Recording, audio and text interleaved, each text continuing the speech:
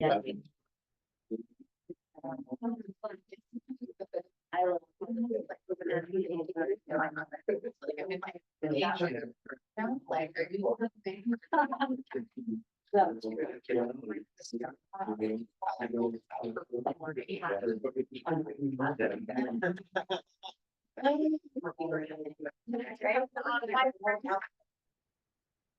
Good evening, everyone. We want to open the call to order the regular meeting of the Lower Westminster MAC. We have an announcement from the rest of the interpreter, I believe. Buenas noches y bienvenidos a nuestra reunión. Para quienes necesitan interpretación, este seminario ofrece traducción simultánea al español. Para acceder al canal en español en Zoom, siga los siguientes pasos. Número 1, en la barra de herramientas de Zoom, hagan clic en el icono del globo etiquetado Interpretación. Lo puede encontrar haciendo clic en el círculo con 3 puntitos donde dice More o más. Seleccione Español de la lista de idiomas disponibles. Si prefiere no escuchar el audio original, puede seleccionar Silenciar audio original para una traducción más clara. Para los que asisten en persona y desean un auricular de interpretación, pueden dirigirse al personal del Distrito 5, quien les ayudará a obtener uno. Gracias y esperamos que disfruten de la reunión. Thank you very much. First order is a call to order, and we need the pledge of allegiance. Would like to bring here. Please stand. Stand, please. And repeat the pledge with me.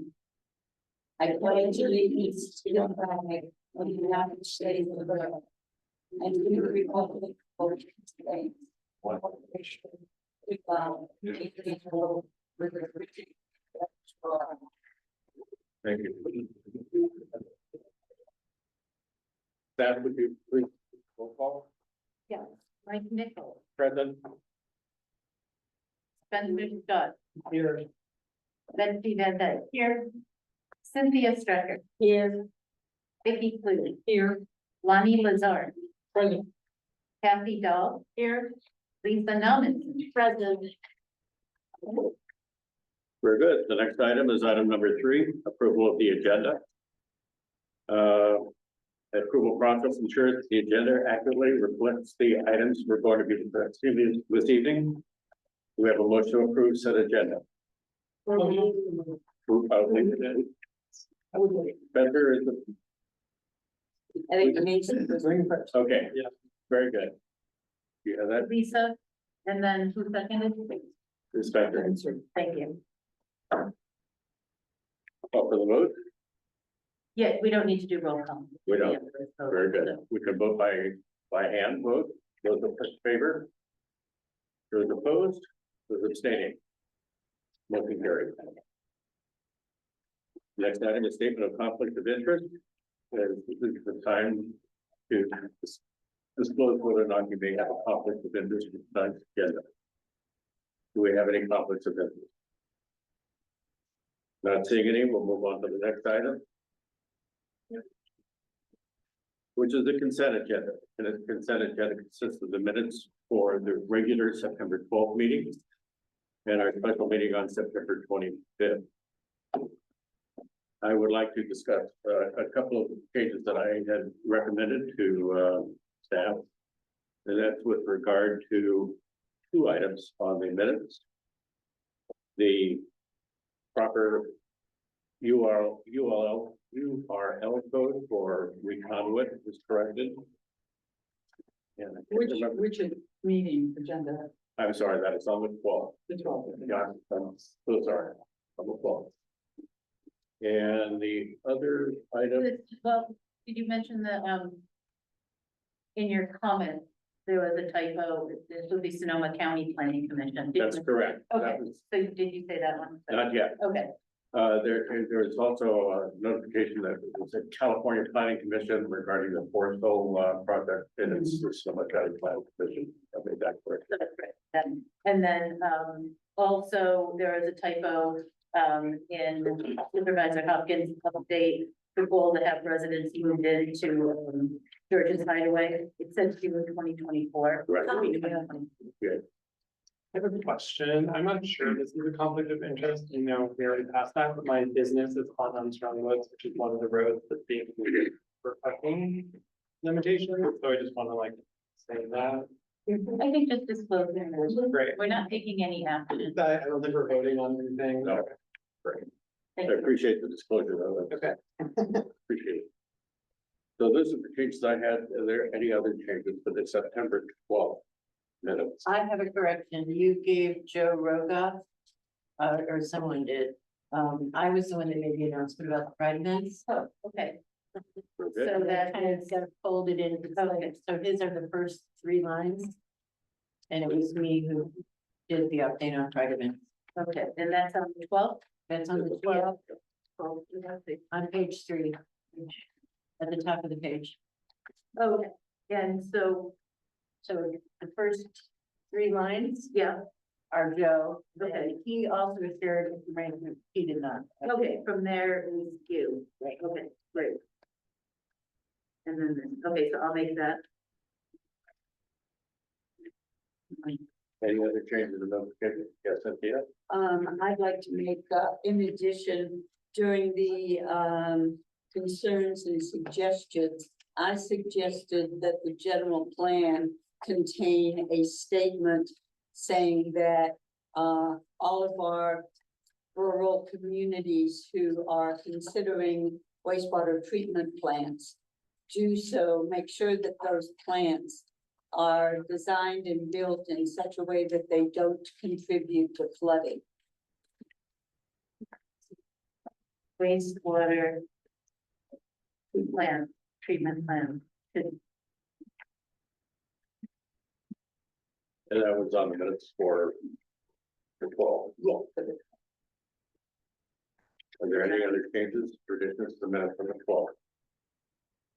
Not seeing any. Do we have any comments on the minutes for the September 25th?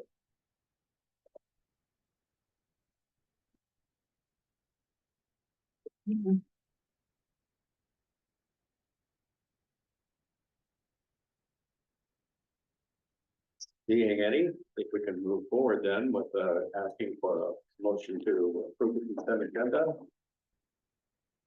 That's Cynthia, and who's going to second? let me. Fine. Okay, very good. Been moved and seconded that we move the consent agenda with the corrections noted. All those in favor, signify by raising your hand. Aye. And are you gaining? I think I'm not, I Yeah. wasn't here, so, Right. I mean, I wasn't here, so I don't think, I think I was, right. We're going to call for those opposed and then those abstaining, so we have 1 abstention, correct? Right. Next item is council member comments or matters not listed on the agenda. So, do we have any comments from council members on items not listed on the agenda? Yeah.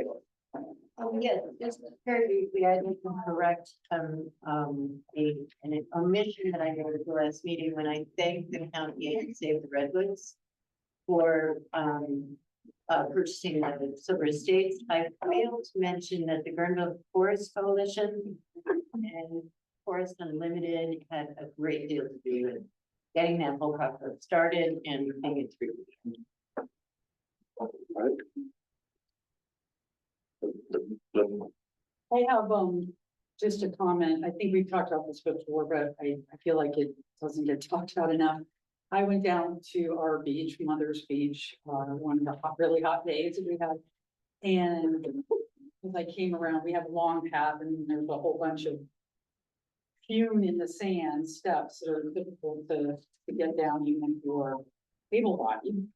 There was someone in a wheelchair up at the top of the steps. And we had to get a bunch of people from the beach to come help that person get down. And it just made me really sad almost that, you know, we want everybody to be able to enjoy our parks and beaches. And it's treacherous to get down to some of these places. So I just would love to hear more about that at some point. Very good, thanks, Vicki.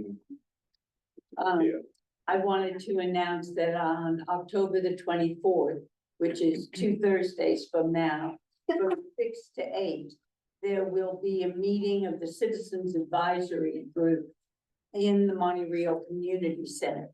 And that's the group that has been working on the wastewater plan for Monte Rio and Villa Grande.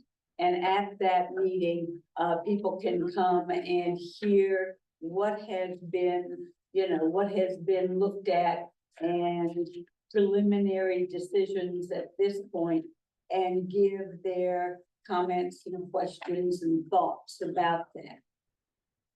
So it's a very good time to give input.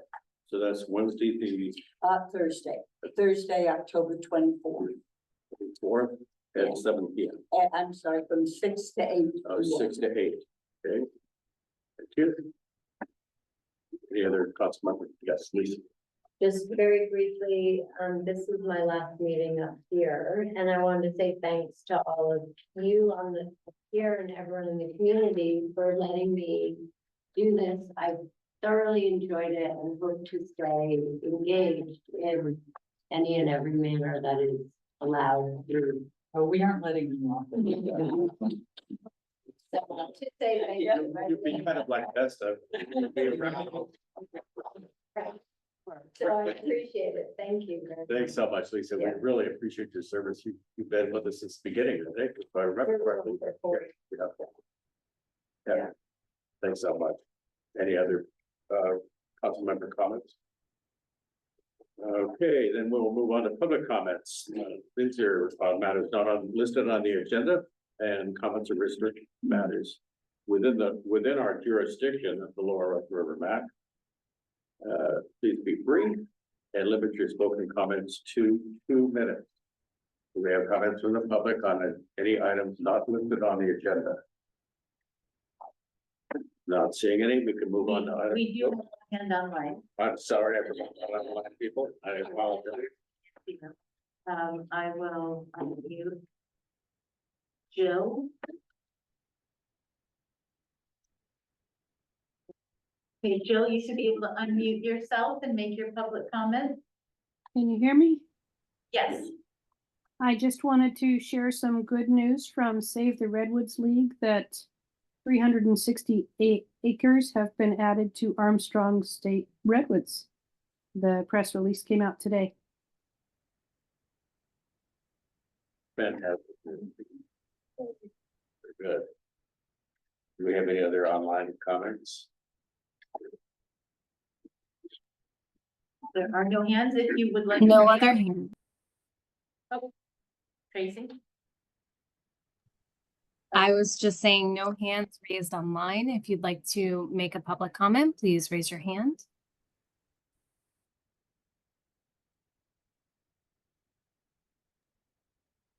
No hands raised.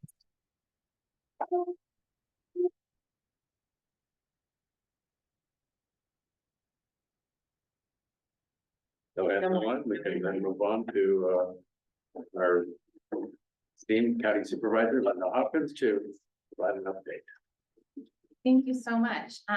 So first of all, I want to thank all of you for participating in the EIFD meeting with Cosmont. I think that the feedback that everyone provided, both members of the Municipal Advisory Committee as well council, as well as the folks who were attending in the audience, was fantastic. And I have to say that I heard feedback that Sebastopol was impressed and maybe a little bit jealous at how constructive and proactive the community, has been. And so thank you so much for that feedback. And I'm really excited for the next phase in that process. Along those lines of big picture thinking, I wanted to share that we have a general plan workshop and planning for community engagement coming up on the next Tuesday Board of Supervisors meeting, the 15th at 1:45 p.m.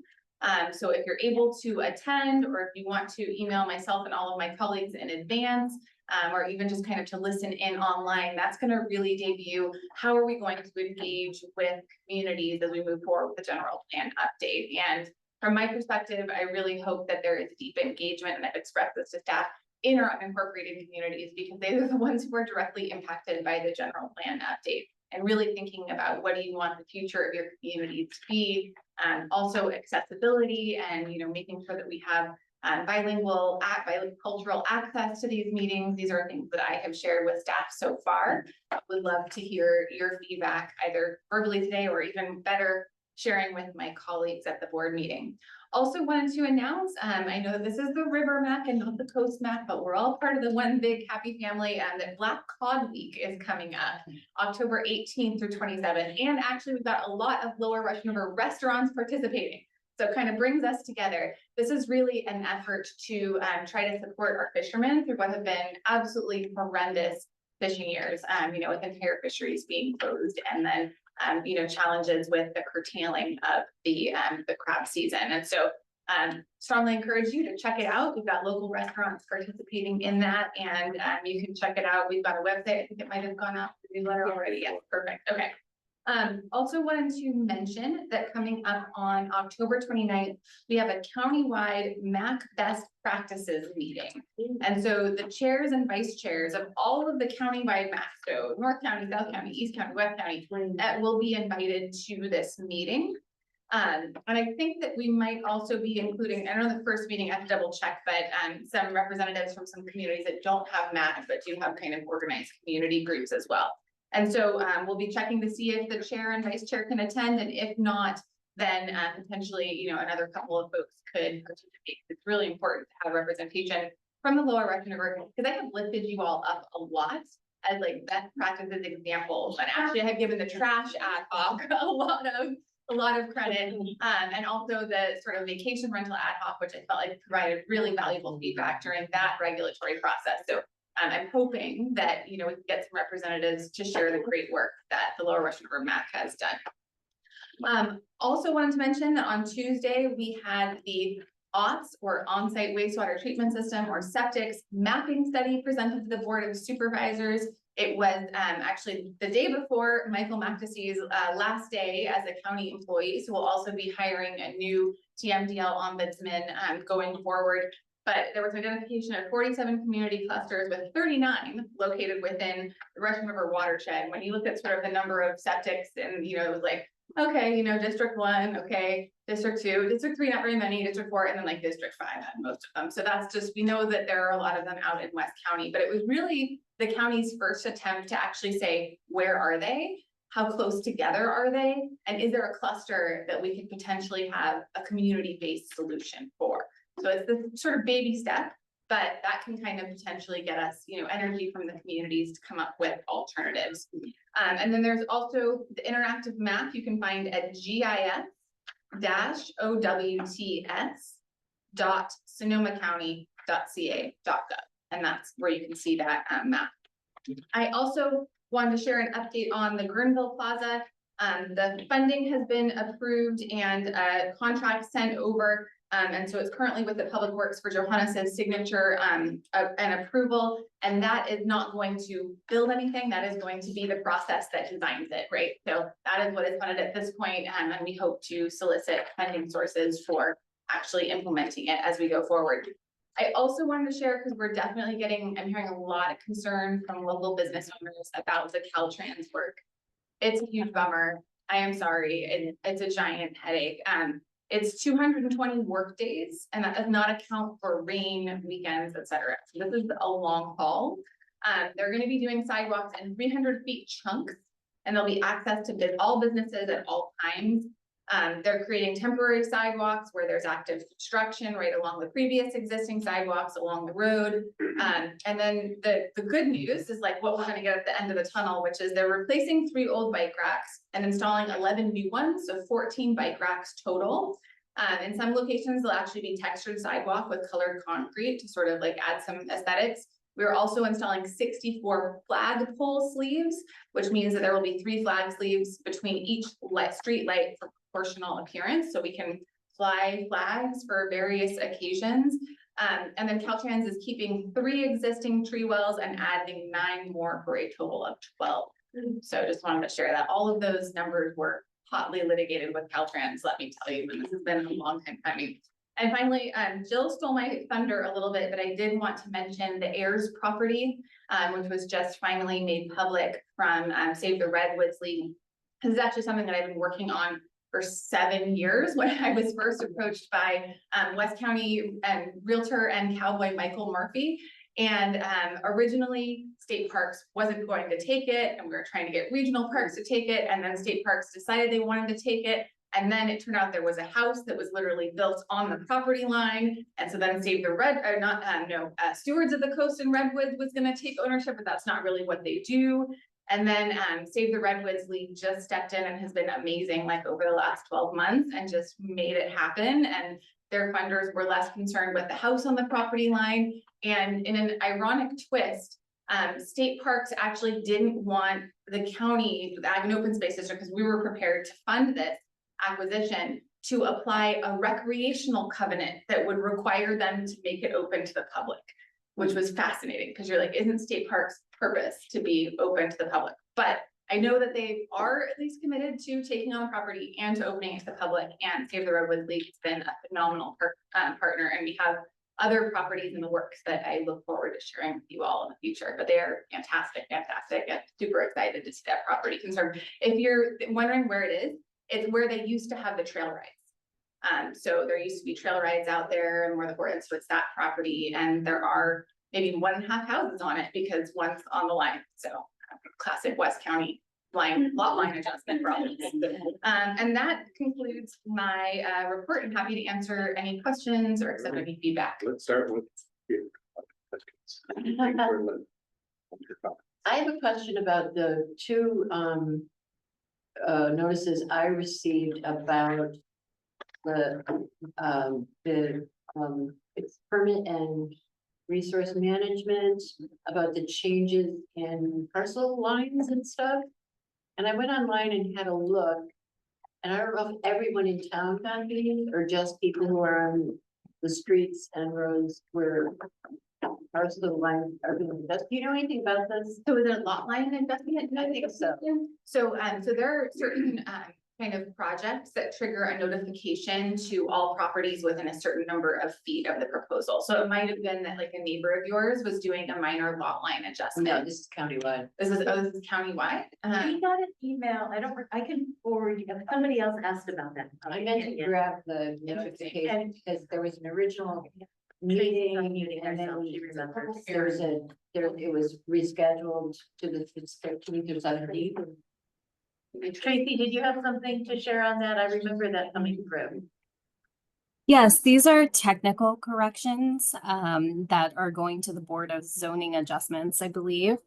Permit Sonoma sent out 2 notices because the first notice had a link that was not functional. So they sent out a second notice with a corrected link. And I'm so sorry, it's not a Board of Zoning Adjustments meeting, it's a Planning Commission meeting that's happening on October 17th at 1:05 p.m. at the Board of Supervisors chamber. And these are really technical corrections to bring everything in line with CEQA and California Environmental Quality Act. It said that it wasn't subject to CEQA. I thought it was exempt. It's my opinion that it was exempt. Good. Sequel was exempt. Yeah, it was. Oh, I'm so sorry. That was an error. It is to bring the language that's being used. So like correcting the coding that is within the document that they're updating. There's something about property line adjustments, and I'm concerned because I have, my parcel has a street address, and then it has, I've got 2 different addresses, and county, they've never been able to tell me why. So I'm wondering if that's one of the sort of corrections that is being made. My understanding is that when property line adjustments have been made in the past, they have done the critical work of adjusting those property lines, but they have not updated all of the language within to match. And so it's bringing that up to speed.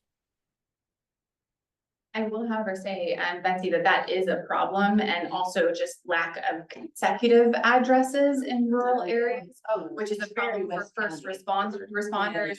And I've had that conversation with Tenniswick, and at some point, there will be a process that tries to standardize that. That's probably going to cause all kinds of chaos, because imagine your address that you've had for 30 years suddenly changes. And yet it's designed to sort of make things safer. So there is that is on the table at some point, but as far as I know, that hasn't been directly initiated yet. Well, I had never heard anything from the property tax people until last year when they said that I'm no longer exempt from, there's because I'm not living at my address. Even though I am living at my address. So they will take away your $7,000 homeowner's exemption. It's just like, not $7,000 cash, and that's all the property value. Yeah, that's always hilarious. But California thinks that's helpful. I had to march in and say something. Then do you have anything else, Betsy? No, that's. Okay, Cynthia, no comment. Patrick? So we got a notification from Forestville Water that some testing wasn't done, and they were letting us know that a certain testing wasn't done. I don't have the paperwork good, but who do I follow up with? Do I just call Forestville Water? Is there a different agency? No, it's Forestville Water. Call them. Yeah.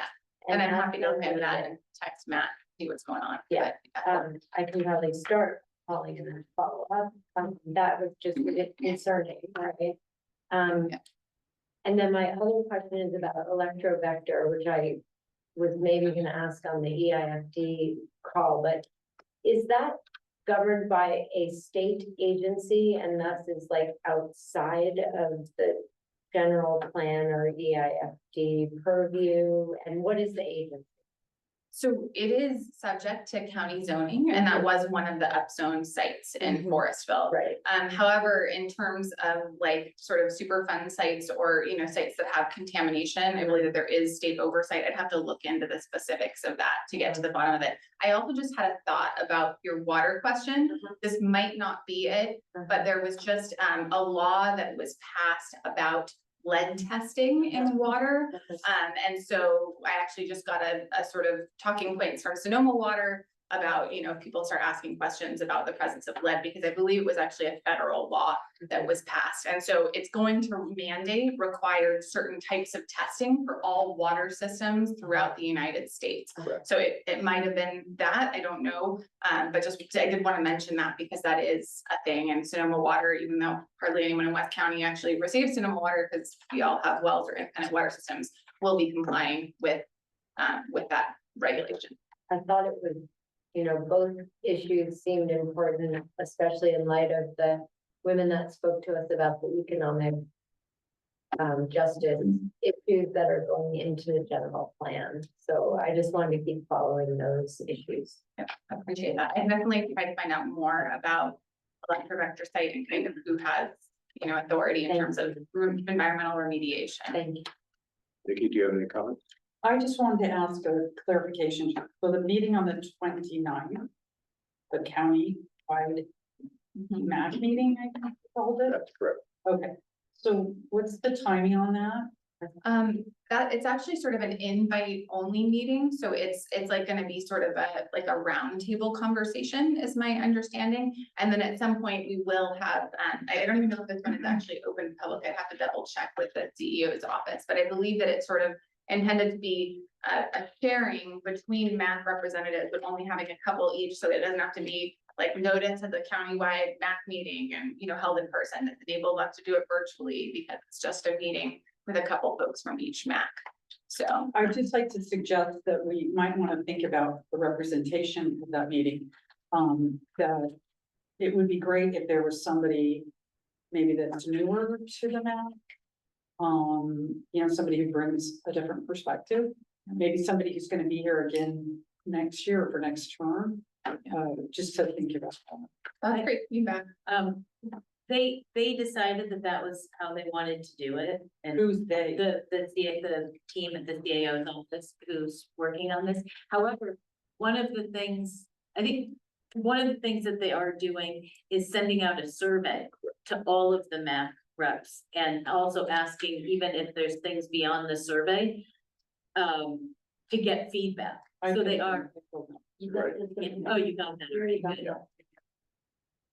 But I think that's also something that you could check in with her about, and, you know, again, if there's a space, maybe, you know, you could think about it, because I think it's 2 people per MAC, and they went with chair and vice chair, but it could be different. Well, I just think somebody other than the administrators should figure out who represents. Could you repeat the URL for the map that you mentioned? Absolutely, it is GIS. Yeah, is in Frank. GIS is a Sam. Dash OWTS dot Sonoma County dot CA dot gov. Thank you. Okay. I have a couple of comments, number 6, on your septic mapping. I checked the map and I was in the dark area because I installed a septic system in 2001, I think. However, everyone next to me and our whole neighborhood is gray, so it's suspected septic systems. So the mapping is correct. And I really appreciated that. It was a great exercise for me to utilize that map and check out the neighborhood. With regard to the Caltrans issue in Gurnville, I reached out to your staff to find out whether or not the county is installing, or Caltrans is installing conduit for fiber optic cable for the California Middle Mile project, while they have everything, the trenches exposed, and I have not received a response. We pushed on that for years. Right. And I thought that at some point we had at least verbal confirmation from Caltrans on that, but I don't know if we have it in writing. So that's we can try to circle back with them. They will be very responsive for brief bursts, and then they will go silent for months. And so it's a little challenging to hear back from It's very Caltrans. challenging for us as well. I'm working on the California Middle Mile broadband project because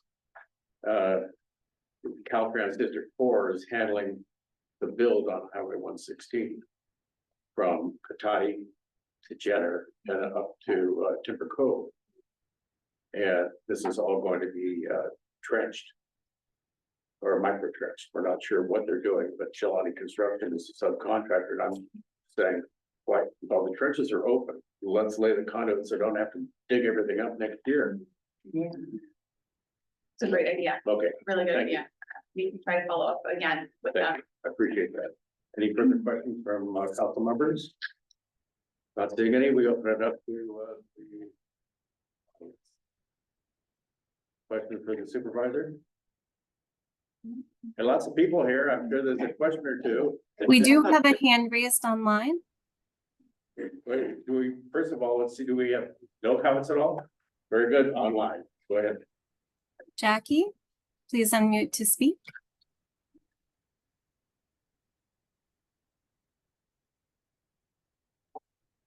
Hi there, can you hear me? Yes. Can you hear me? Okay, hi. Hi Supervisor Hopkins, this is Jackie Brazil in Forestville. And I think this got answered, but I wanted to clarify. You were referring to the Caltrans sidewalks. Is that just for Guerneville? Yeah. Okay, I'm wondering if there's any update for Forestville sidewalk. Great question. So Forestville sidewalk, we are still waiting for the water district to do their work before we do ours, because we do not want to put in new infrastructure and then have it torn up by the water district. So it's going to be phased. And we've been coordinating closely with them. They got I think they got a big grant to do some of their upgrades. And so once they complete that, then we will come in and work on the sidewalk. Okay, great. Thank you so much. Any other further comments online? I do have that. Go ahead. Okay, on October 26th, there's going to be a fall fair here at Guerneville School for families, and the MAC is going to have a table there. Joe will be setting up the table and the canopy at 12:30. The fair goes from 1 until 4. I think Norma is going to be here, and Joe asked me to put a request out to all of you to see if anybody else is available on Saturday, October 26th. No, I'm for that. So Betsy's and What time are we talking? it's from 1 to 4. We can coordinate offline. Anybody else can be there. And then the second thing also relates to Betsy. Oh, We're still looking for a alternate for the Guerneville South Pocket Canyon area. So if anybody knows somebody in that area, I would encourage them to apply. Are all the other positions? We have applicants and they'll all be, everything else will be filled. That's all I have. Very good, thank you very much. All righty. Moving on to item number 9. Discussion regarding parking restrictions on the Lower Russian River, and Matt, the county council will be addressing the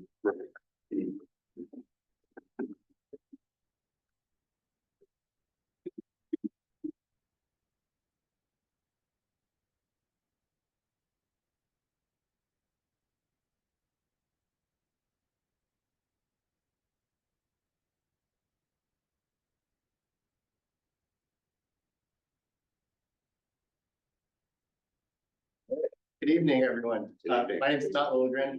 I'm a deputy county council within the county of Sonoma.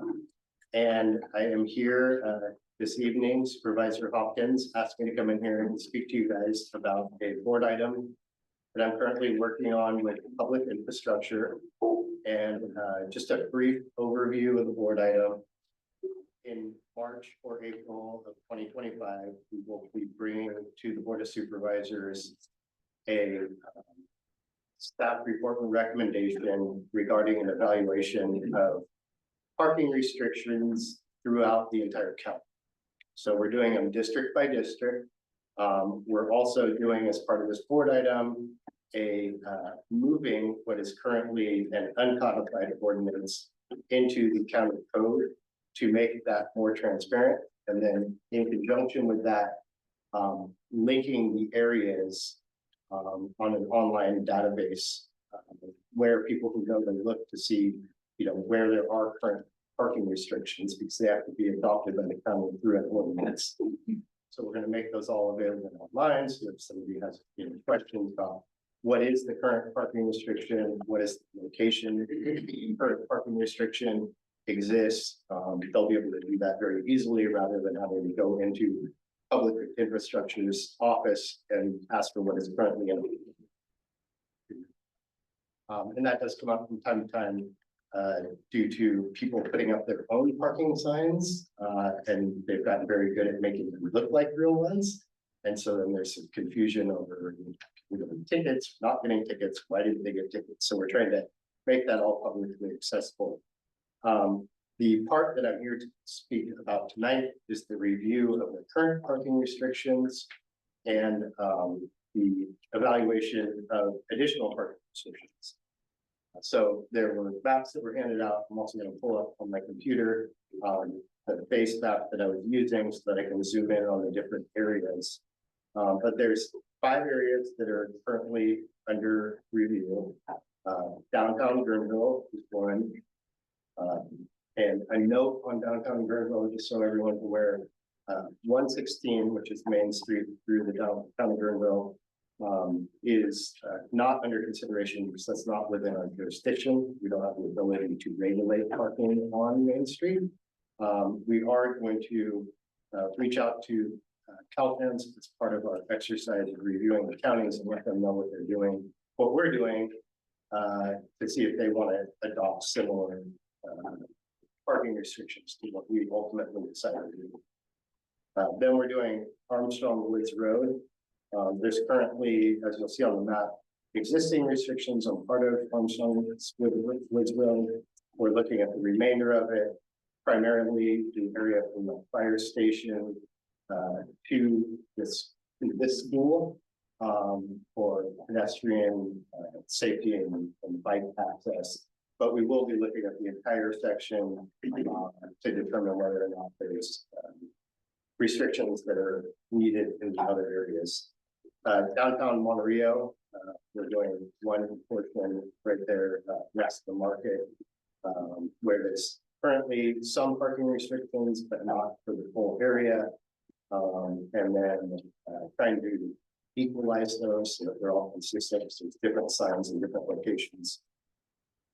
River Road near Steelhead Beach is another one. We have the majority of that is currently restricted, but that is an area that we've been asked to review as well. Because with the current restrictions in place, people have gone further out than we expected initially, and created more parking problems further down the road and safety issues with people walking over. And then we have River Drive near Mother's Beach, is the final 5 we're currently considering.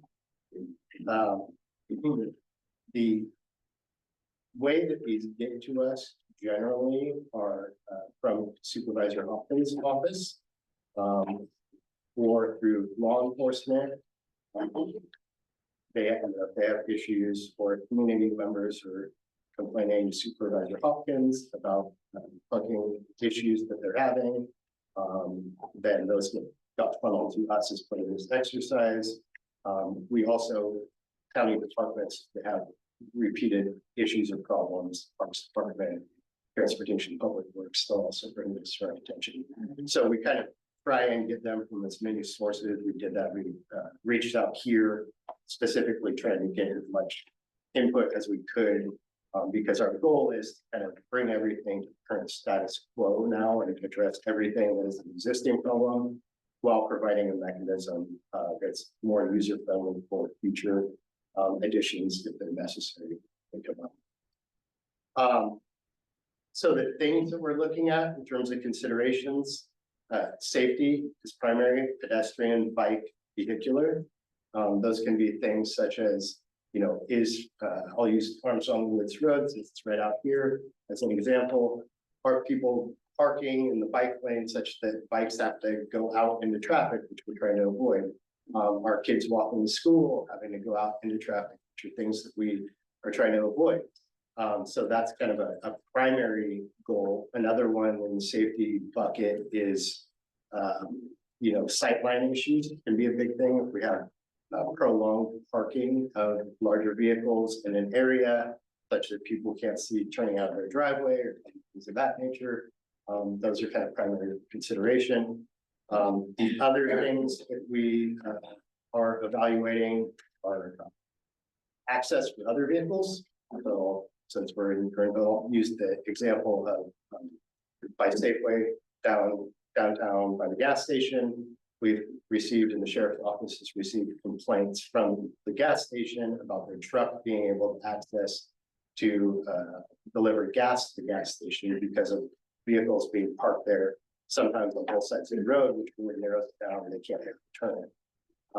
So that's another thing that we're looking at. Also access to people's houses, residences by people parking in front of them, driveways, things like that. The other one is, you know, prolonged parking issues. So that we have vehicles that are staying there beyond their welcome at the exclusion of other people that could use the parking. And then the complaints I already discussed. The other one, kind of on the other side, is trying to balance at the same time of, you know, what are the community needs, what are the residents' needs. We don't want to exclude parking in an area if it's going to detrimentally impact the residents in the neighborhood. And so we have to balance those kind of concerns, right? Of where can we strike a happy medium? And sometimes that is based on, you know, the limit time restrictions, or, you know, versus the complete prohibition on parking, things of that nature.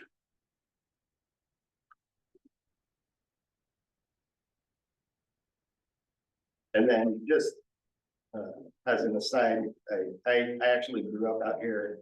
I was born a mile and a half from where we are right now. So I went to El Molino, went to Forestall School. I still have a house out here in Greenville. I'm very familiar with all the areas that we're talking about with your community, the issues that come up in the community. So just want to throw that out there. for you guys as well. I am going to share my screen.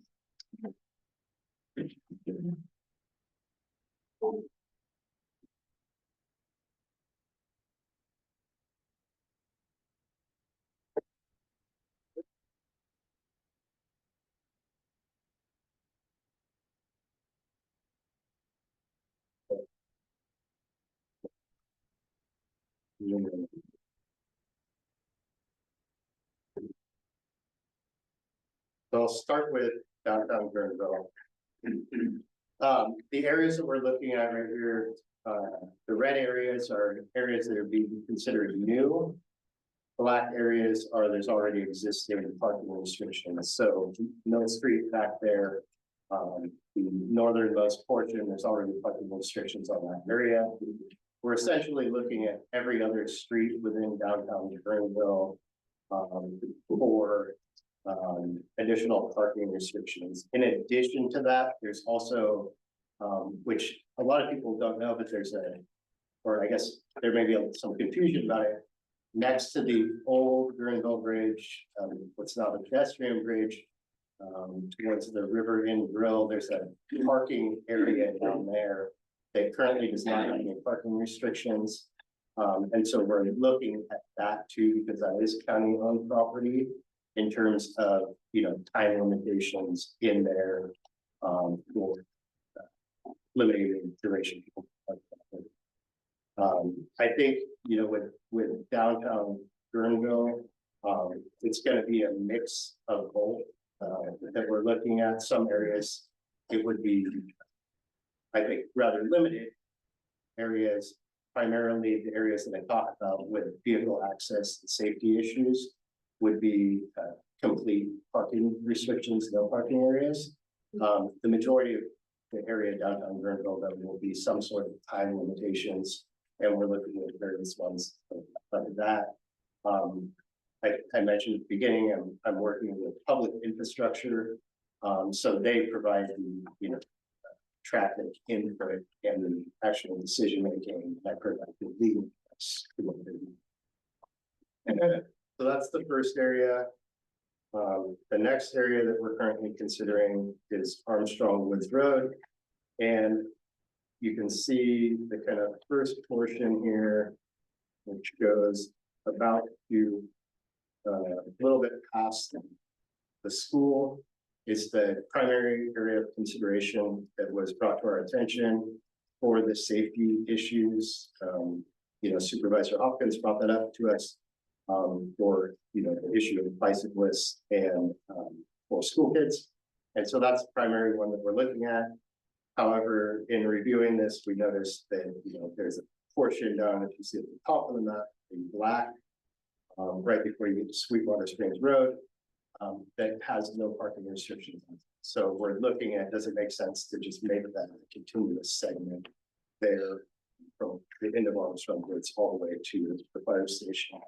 And then the other area will be evaluated. So from the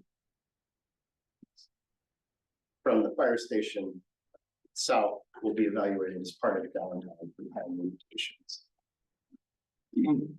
And that could be something, when I talk about time limitations, it could be something from, a very short time period, which I don't think there's a ton of need for that. We haven't gotten a request for that, to, 2 hour, 4 hour, no overnight parking, things of that nature. And again, we're doing that evaluation as, what are the concerns that we're trying to address, balancing that with the community, business, residential needs and everything.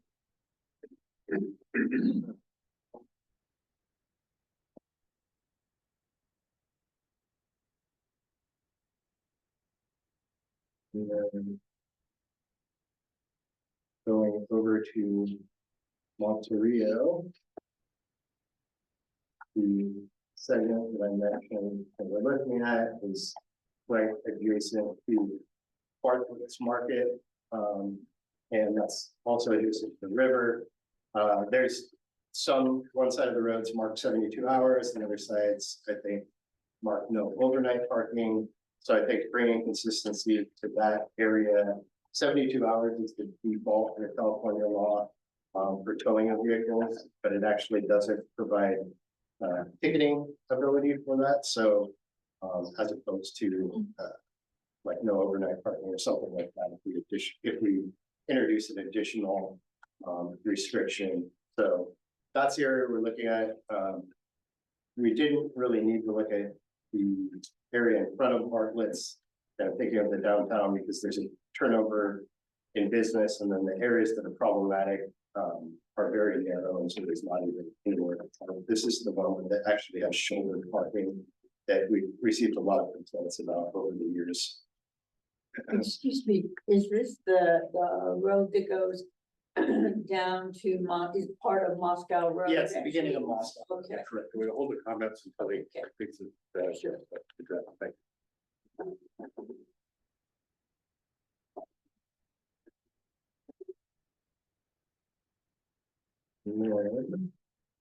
Moving over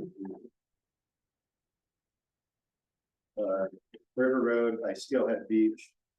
You can see the black portion is the area that currently has parking restrictions.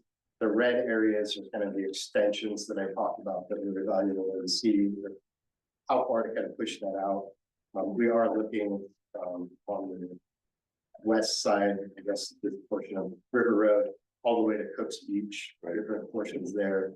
And then on the toward Santa Rosa side, we're looking at past Berks and kind of looking at the sheriff's office of where they've had problems with people. What's happened is that people where there's not, they think, well, okay, there's parking restrictions, no parking signs up. So if there's not one, now we can park even if they're extending into the roadway, which is happened. We got a lot of complaints from last summer, Labor Day, 4th of July, when it was really hot, but people jamming the road and parking what cars were having navigating. So that's the portion we're looking at there. And then on River Drive here, we're looking at the area that is essentially the entrance to the county parks parking lot right there, and then the other side of the road, which is where there's been problems with parking when there's overflow from the parking lot, and problems with the access by the shuttle that's provided by the parks department to be able to get into that parking lot, and other vehicles being able to get into that parking lot. My understanding was the remainder of River, is it Lane or Drive there, was something that had previously been looked at for there being a high need for residential homeowners to be able to park there. And they had looked at doing a permitting system, but there was not kind of an understanding. The way that works is you have to pay for the permitting system, and so the decision was made not to move forward with that.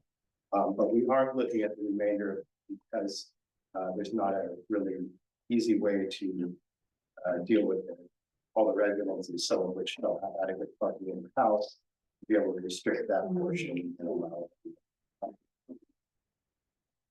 So that is the areas that are being considered. Happy to answer any questions, comments. We'll start with the council members, and then follow up with community and public. So Becky, comments. I'm concerned about the Armstrong Woods Road because when there's an event in town, that's a very convenient place for people to park. When there's absolutely, like, if there's no parking on Main Street because of a parade. So is it possible to, say, limit parking in that area, say, during the school day?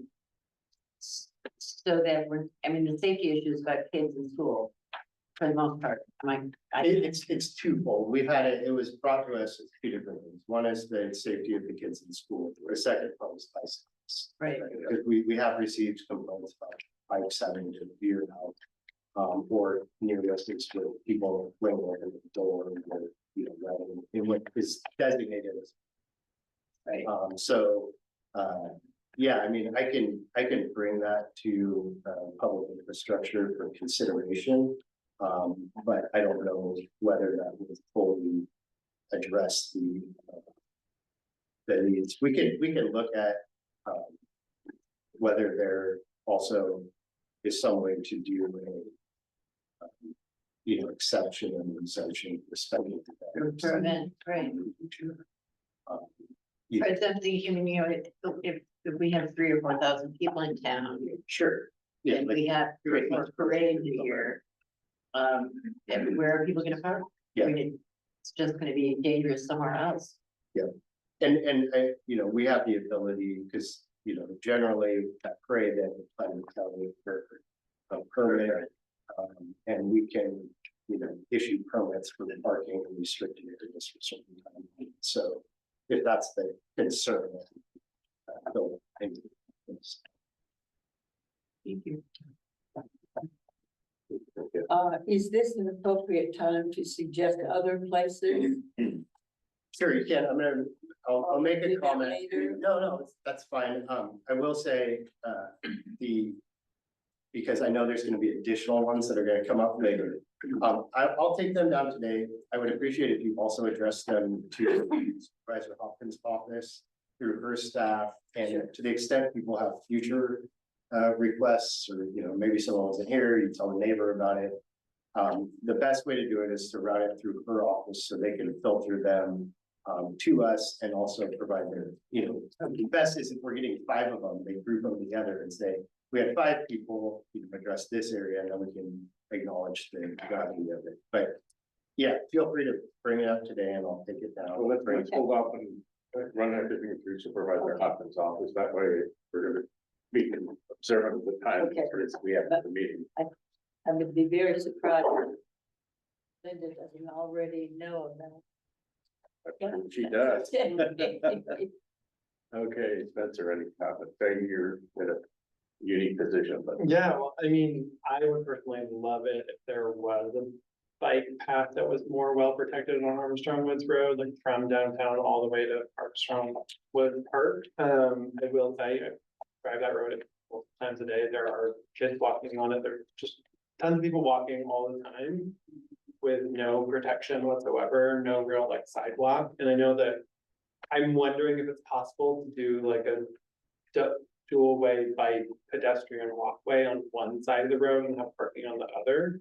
Kind of like on the 116 by Andy's and just Sebastopol, there's kind of that like separated. I don't know if that's part of this process, but I think that would be ideal in the future. And then I also wanted to say, to Betsy's point, that area between downtown and kind of like, kind of where the propane tanks are, becomes the overflow parking of town. And it also becomes a place I've seen people park during flood. So I just want to point that out as well. I think it's kind of like the higher area that people move to. And yeah, I've seen people park there specifically around flood, so you might want to have an exemption for that. Which area is that? Kind of the exact area that people park during the Christmas parade, or it's just like between town and not quite to the school, but like just that section, yeah. Can I ask a quick clarifying question, through the chair, if I may? Yes. Just, would it, one thing I was thinking about is that sometimes there are also weekend events, right? And so would like an exception for the weekend, or I mean, I don't know, is there any thought of timing? I think that floods would be a pretty obvious exception Yeah. that we could create, but is there any thought about like weekdays, when kids are going to school versus weekends, when the overflow parking might be helpful for events in town? Well, I think that there's also the tension, because on weekends you get a lot of tourists. We're a tourist town largely, and that there a lot of hotels are shifting to having bikes and offering that as a service. People are biking that road specifically to Armstrong Woods, and people from Healdsburg are biking that road all the time. They go over the hill, they bike that. It's a very highly trafficked bike road, and there's no protection between the bikes and the cars whatsoever. So it's a trade-off. Okay. Kathy, any comments? Lisa? Only that it's probably helped to, you would announce that you're suspending street parking in this area. What do you mean? Like instead of exempting or exception, or I think you just say you suspend the street parking prohibition for certain things. Yeah, I think I've heard. Yeah, I have to research the Yeah, mechanics. I don't know what the mechanics are. I just thought Yeah. that must be. But it sounds like, that sounds like a win-win to me, but you know, what do I know? I'm just one person. Vicky, comments? Yeah, I have a couple of things that I'd like to ask you. One is when you talk about current restrictions, and maybe this hits on your comment about codifying previously uncodified ordinances. What is the deal with the 6 feet from the middle of the road? Sure, so that's a default vehicle code section, so that does not require specific action from us. That's, you know, I mean, in the million different things in the California Vehicle Code in terms of rules of the road or laws, they have a whole section on default parking restrictions. One of them is that for vehicle access, you can't park within 6 feet of the center line of the road, which generally is a narrow road width. On a 2-lane road would allow you even to approach kind of from the shoulder into the road. On a rural road, it does, you know, make that narrower where the center line maybe isn't even 4 feet from the shoulder. We have options like that. And so there are areas within the county where we have been requested to put up signage. Because there are recurrent problems in that area with people not obeying that rule. And so that's where you see the signs, but that law applies every single street in California. Well, it's interesting because we do have some. And they say county, they don't say that it's a statewide rule. The other thing is that we've been told, one of my neighbors was told, we have a lot of trouble, our River Drive is very narrow and we can't get emergency vehicles in during the summer. And a couple of the CHP officers have said, well, we can't do anything about that because the signs are too far apart. Do you know what the rule is as to how close together the signs have to be?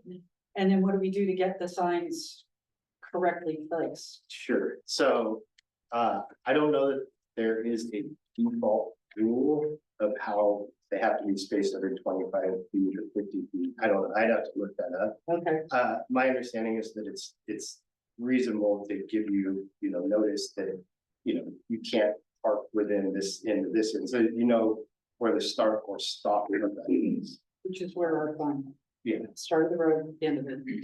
Okay, so. but I also don't know that that is necessary for, I would have to look at it, but with some restrictions say it has to be posted. I never understood that one as being had to. But Well, I think what I'm trying to get to as well is one of the reasons why parking is such an issue is, you know, you talked about safety and those are all good reasons, the safety of children, bicycles, drivers. But it's the safety of residents being able to have emergency vehicles get to us and to have, you know, first responders come in if we need. And so I think that should be a high priority in terms of looking at areas that need in terms of. sure, and that is one of the considerations we use. I put it kind of more under the broader umbrella of access. So there's general vehicle access and then emergency vehicle access. But those are all, you know, considerations. And then I would like to make a suggestion that, when I look at this map, in terms of my district, this little tiny little thing right here, that really doesn't cover the area that we have a problem with. So if there's a possibility of sharing that somehow, I would love to do that, so. By all means, yeah, like I said, it's best to bring those through Supervisor Hopkins always. That was the area that was brought to us for evaluation. was this section, based on what I understood to be the additional area had previously been looked at, the majority of the residents along that section of the road did not want additional restrictions in that area, given the balance of the need for parking of the residents versus the benefits of having some additional restrictions. I don't know when it was previously looked at.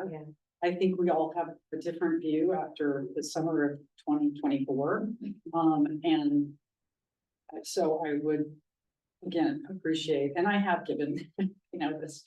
And then the other issue I just wanted to mention is that, I think, in terms of the residential permitting or however it's termed, I understand that there are lots of issues with it. I think it just has come about, and the proposal that I sent in was actually from my neighborhood. Just comes from frustration and wanting to have something happen. So hearing about this is great. I had no idea the county was looking at this. I encourage you to keep looking at it and to keep hearing from us about some of the things that we think might need to happen. We all feel like we want to share the river. I don't think anybody has an issue with that. It's just how can we do it in the safest and the most effective way for us to also live there as residents. Sure. Yeah, and we really welcome, that's the whole purpose of why Supervisor Hopkins wanted me to come today tonight, was to give you guys an opportunity to, hey, here's where we are, right? So it's a work in process.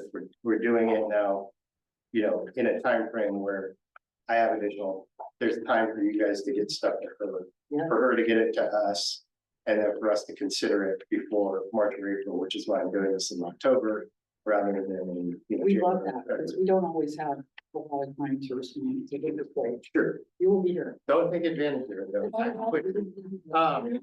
But it really is that, we want that because my goal is to, like I said, we want to have it where, when this gets passed in whatever form, it's the best possible version to capture everything that people have concerns with.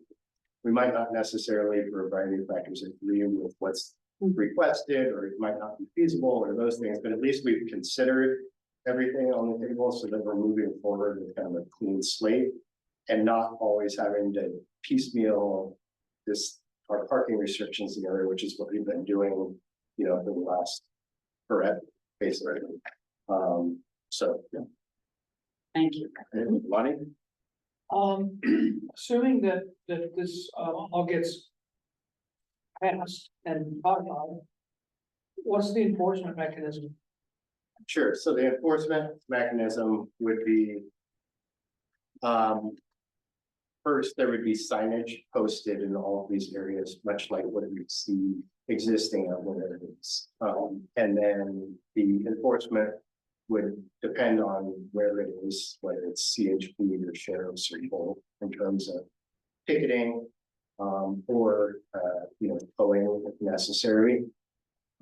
The consideration of whether it's one or the other is somewhat complicated because you have to do a whole constitutional analysis of seizure of someone's property without a warrant, and whether or not there's what's called a community caretaking justification for doing that. And so that's generally like sightline issues, public safety, access to one's driveway, things like that. There is a kind of general exception to prevent vandalism, theft, or things of that nature, which then really complicates it when we're talking about vehicles that people are living in. Can we tow an occupied vehicle or not? That's an issue we constantly struggle with. I do all the county's homeless advisory work too, and so that comes up often, and that's a different thing later. But kind of to answer, go back to your question, it's either sheriff's office or CHP. We have found though, just posting the signs alone are significant deterrents to parking. It really cuts down the lot. And then, you know, at times like, I know. I think it was 2 summers ago, either Labor Day or 4th of July weekend. Between the sheriff's office, parks and CHP, I think they drove 150 or 250 tickets along the river area. So there are times where they really get out and enforce it, and so hopefully that's a deterrent as well. Yeah, it's a sticky issue in unincorporated areas that don't have, you know, their own police force. And a lot of times the sheriff and CHP feel like they have a lot bigger fish to fry than cars that are illegally parked. I know that when I lived in San Francisco, the city of San Francisco had no problem taking my property without a warrant. Yeah, well, yeah, and you know, it's a 7 square mile area, so it's a lot easier to control. I mean, one of the things that we do consider as part of this overall exercise is the kind of automatic enforcement versus having to have repeated visits, right? So an example of that is if we have a 2-hour parking, right, then we have to have somebody go out there and say, is this car parked here at this point, and then come back 2 hours later, right? So we tend to stay away from those because the county does not have a parking meter person, right? And so things like no parking are the best, right? Because then it's just an actual automatic prohibition. If somebody, a law enforcement officer comes by, boom, ticket or tow, depending on the circumstances. Same with no overnight parking. But that doesn't always accomplish everyone's needs. You know, I mean, we can't, sometimes it doesn't work for businesses. So those are all the things we're balancing, but always with the goal of, at least my philosophy, have everything be automatic. So that, because it's going to be hard to get them out there for one trip. Let's not make it 2, because that's probably not. So. Well, I appreciate that it's a complicated issue, and I'm also appreciative that you're taking a good look at it. Very good. I appreciate your comments, Lonnie. I remember the city county of San Francisco have no problem towing vehicles. And also chopping the tires for 2-hour parking, and then you run it and move your car 3 feet, so the chop doesn't show. So these are issues obviously that we have to face here in Sonoma County with the challenges without a municipal police department, if you will, for our specific area. Yes. Back to enforcement.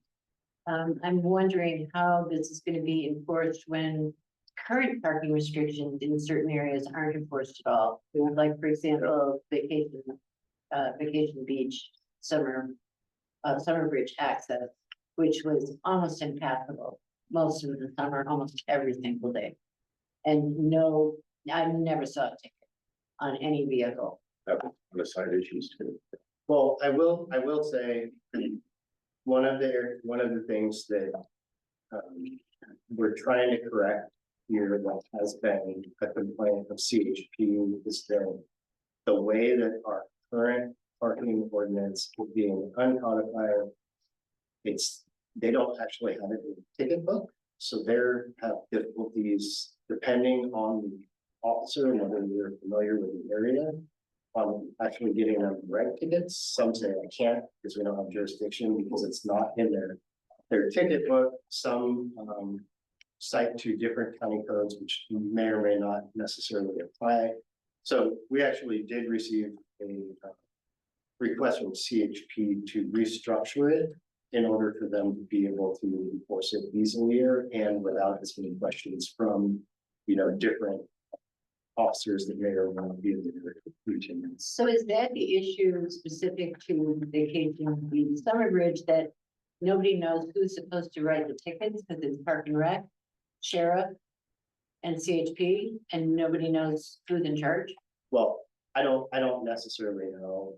I've never received any complaints about that specific area. I do know that that issue has come up in other areas about CHP not wanting to, not being comfortable citing to our parking restrictions because the way that the code is structured. I think you have that.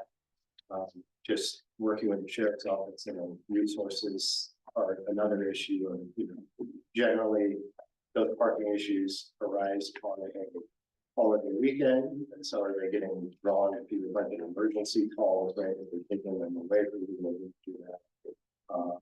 And, so I think we are involving CHP and Sheriff's Office in this process to hopefully get them on board. And hey, here's where we're adding these, advising them of them so they can roll these out to the officers. And then, beyond that, it's gonna be, conversations between you or the affected homeowner and the sheriff's office, getting your supervisor involved as necessary. It's always going to be a resource issue for that large area that they have with the number of officers that they have. Good. All right, I think we've heard all the council member comments. We'd like to open it up to the public, so we can start off with Herman Hernandez. Herman, you have to stand up and talk to the owl. I think we can hear you.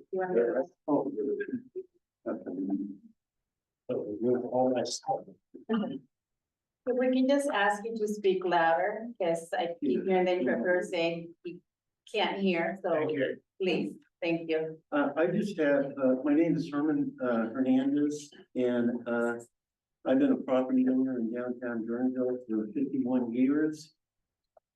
Had the opportunity to see the new Caltrans bridge built here in town, and just a couple of comments.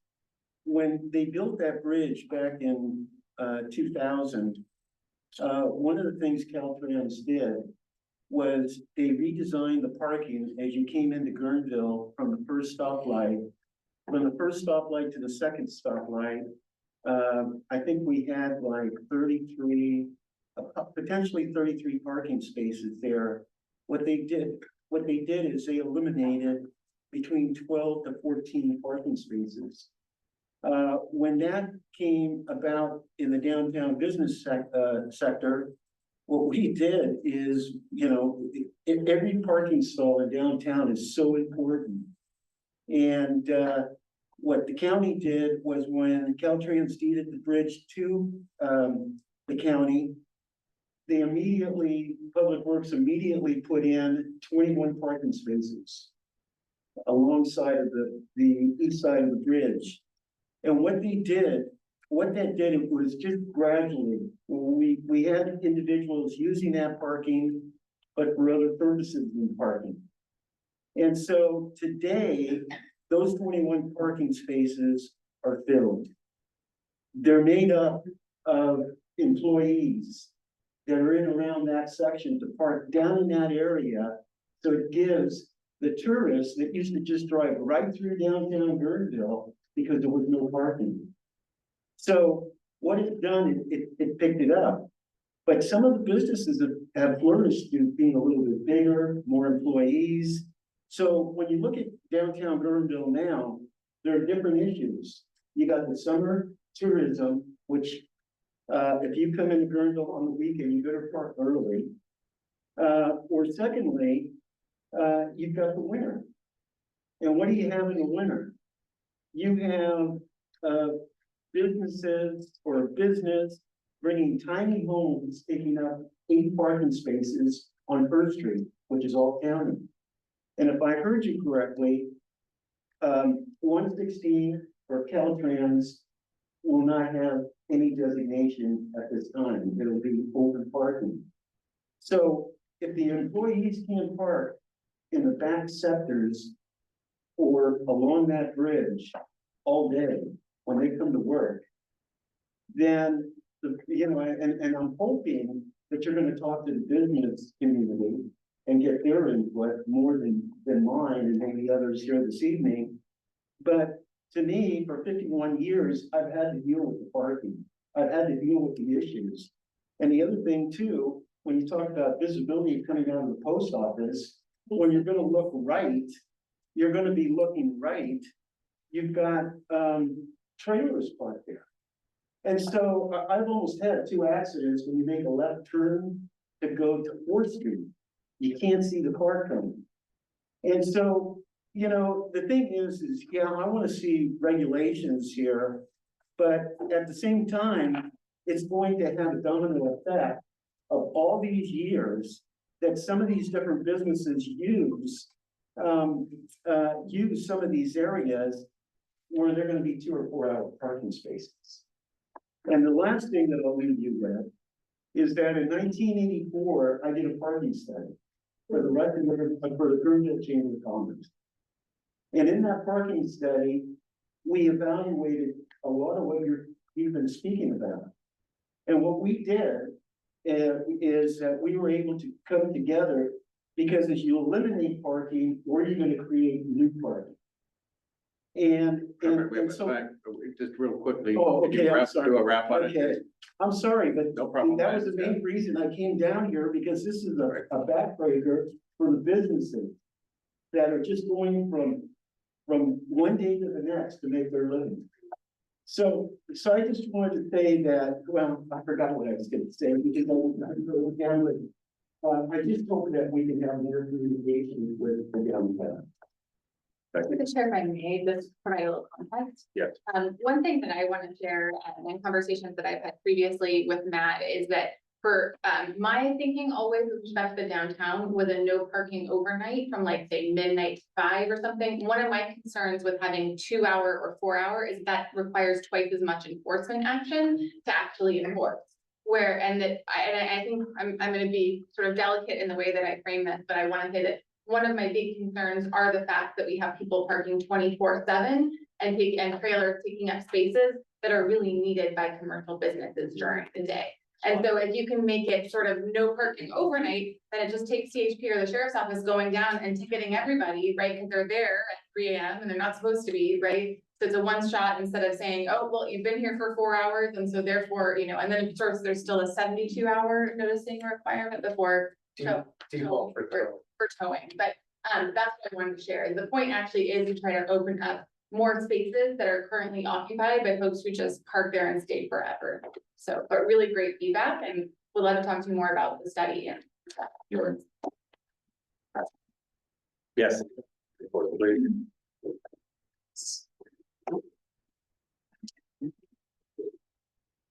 Hello, my name is James Testa. I want to first of all say I'm delighted. And I want to thank Supervisor Hopkins for this. I think it's great. I think it's so badly needed for our community. I think that this will solve a lot of our problems. I actually think we need to expand the parking restrictions, and specifically regarding the residential neighborhoods, because that's what affects us, actually, this little group from Monterey back there. We have seen some pretty traumatic things, especially on July 4th. I have actually seen the first responders have to carry a man to the emergency vehicle because there were so many tourists parked in our tiny little residential neighborhood. We have had, Michelle and I actually saw this past summer where there was a man that emerged from our tiny neighborhood beach so inebriated that he got in his car and almost killed a neighborhood girl on her skateboard. It's a real life and death issue. And I just want to thank your suggestions. I would love it if you would come to the Mona Rio Community Center and meet with the people in our community, because there's a lot of apprehension, especially from a lot of the retired folks, about how this would work. The second thing is, if there is a way that we could protect the interests of the residents, i.e., we're going to do permit parking, which I think we should. Residents shouldn't have to pay for that. And people who own property or rent property in the neighborhood should be able to park their vehicles on the street.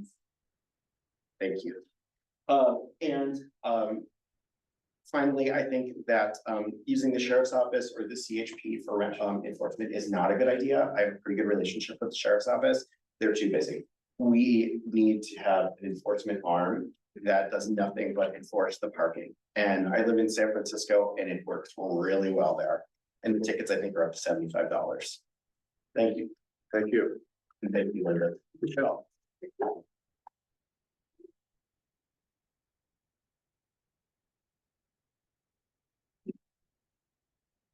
My name's Michelle McDonald.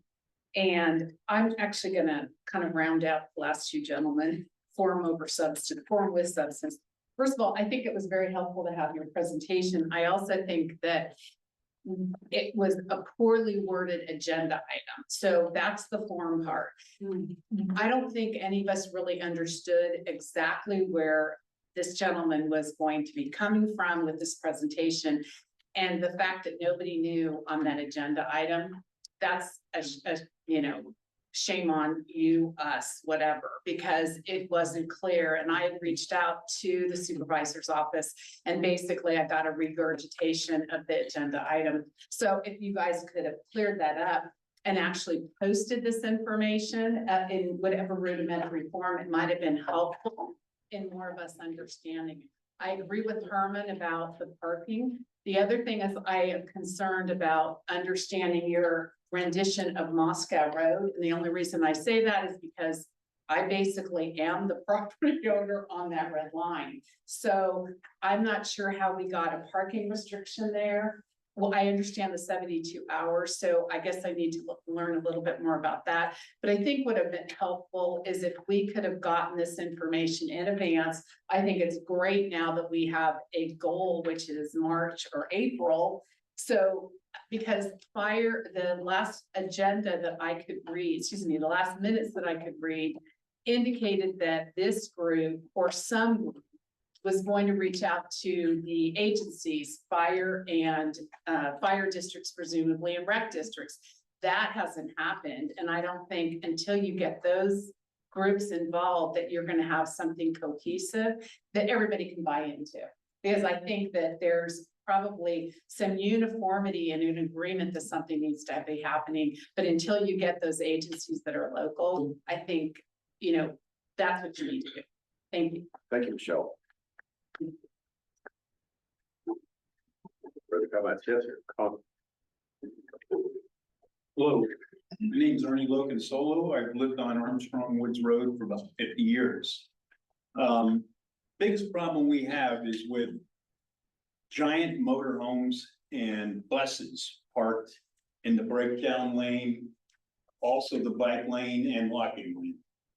I think if there was an ordinance or a sign just said no RV or bus parking overnight, that would solve a lot of problems. When cars park there or pickup trucks, there's still enough room to walk along the dirt side of the road next to the summer church. When a big RV or a bus parks there and they open the doors and put out the turf and the chairs and all the garbage bags and stuff, you can't get around them. So I don't think anybody has to police them. I just need more tools. I call the CHP and the sheriff constantly. And I have to find vehicle, things on the vehicle that don't work, no lights, no license plates. They're operating these vehicles on the street without a license plate. You know, they don't have insurance. So, I mean, we all have to conform to that. So I think if there's just a sign that says no RV or bus parking, then that leaves the option for the breakdown lane to be used for parking when we have events and or other things that go on in town for extra. Okay, that's all I'm gonna say. Thank you. Good. Thank you. Do you have further comments from the public? Yes. You guys, I know you guys are doing the right thing. My name is Lisa Herbert, and I'm off of Armstrong as well, down the street from the school. I work with schools, and I know that everyone in the school district is fingerprinted. We know they're safe, but our kids need to get to and from school safe. And I've seen cars out there with blankets over. I know what they're doing to those cars. Our kids should not be having to be walking by them to and from school. We don't know if those people out there are safe for them to be walking by. So I applaud that you're working towards the safety of kids. So that's super. Thank you. Any further comments from the public? Yes. Hi, my name is Wayne Scott. I've been a resident in Gurnville for the past 33 years, Gurnville area, and a business owner in downtown for 18 years. I thank you so much. We need to address the parking problems here in town. One thing I found out, seems to be some confusion who to call. I was told by the sheriffs and the highway patrol, you call for parking, you call highway patrol, not the sheriff's. And there's other issues, that's a whole other thing. As far as people living and parking in their cars, it has gotten disgusting. I've been an advocate for the homeless, the unhoused, for all the 33 years I've been here. I've been helping them, I've hired them, my heart goes out to them. These are their homes, unfortunately. The primary problem is that individuals refuse services. West County Services has done, community services done an outstanding job, but we have individuals in this community that refuse help. They refuse to get off the road. That's the main issue that we have to deal with here. But thank you so much for addressing this problem. Thank you. Take it away. Any further public comment? All right, moving on to people online. We have 3 hands raised online. Kimberly, please unmute to speak.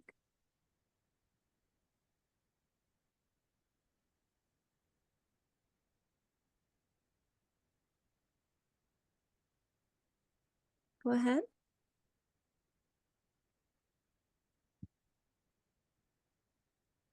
Kimberly, we're not able to hear you.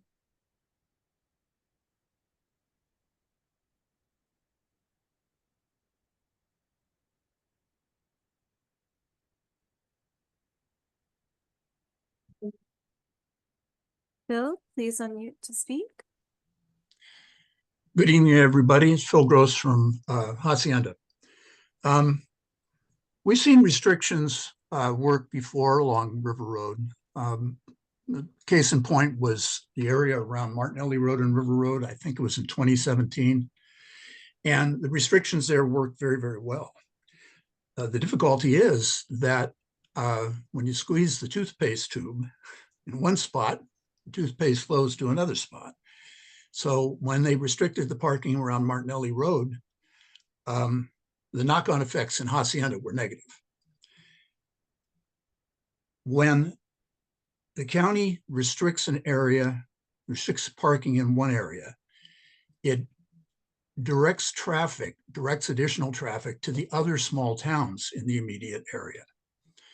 The same thing happens when the parking lots at the public beaches fill and the county puts a sign out that says lot full. It forces the additional traffic to the other small towns in the area. I love the idea of parking restrictions and good for the neighborhoods that have them, but we have to have a more uniform approach instead of playing whack-a-mole. A lot of the comments that people have made tonight have been good. The gentleman from Monterey talking about the need for a permit, a residential permit parking system. Short of that, if you mark all of the legal parking places in some of the small towns near the river where the tourists like to park and enforce them by ticketing and towing, make the fines sufficient to finance the parking enforcement officers, we can resolve this problem. That would be a good way. A better way would be to make sure that the local residents have the ability to use some of those sought after parking places. The county council mentioned that he was aware of a residential permit parking program that was designed a few years ago. I was one of the architects of that program. Another one of the architects is in the room tonight. It had 86% support in Hacienda, I believe. The issue with the way that the county handled it is they discussed it with residents in midwinter when none of the summer folks were around and when summer parking was not top of mind. Bill, I'm sorry, your time is up. Can you please finish this thought? Yep. I'd be happy to talk to anybody about that program or any other program. Hacienda has asked the supervisor's office for years for help in Hacienda. I've asked a series of MAC reps, up to and including Vicky tonight, they've all been aware of it, and yet somehow we were left out of this survey. I don't understand that. Thank you, Phil. Thanks, Bill. Anna, please unmute to speak.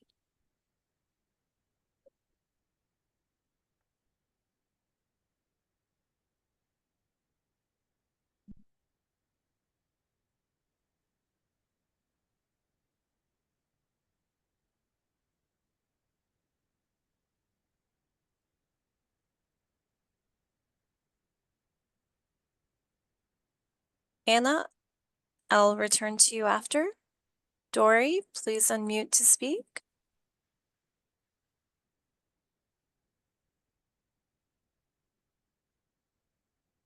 Okay. Kimberly?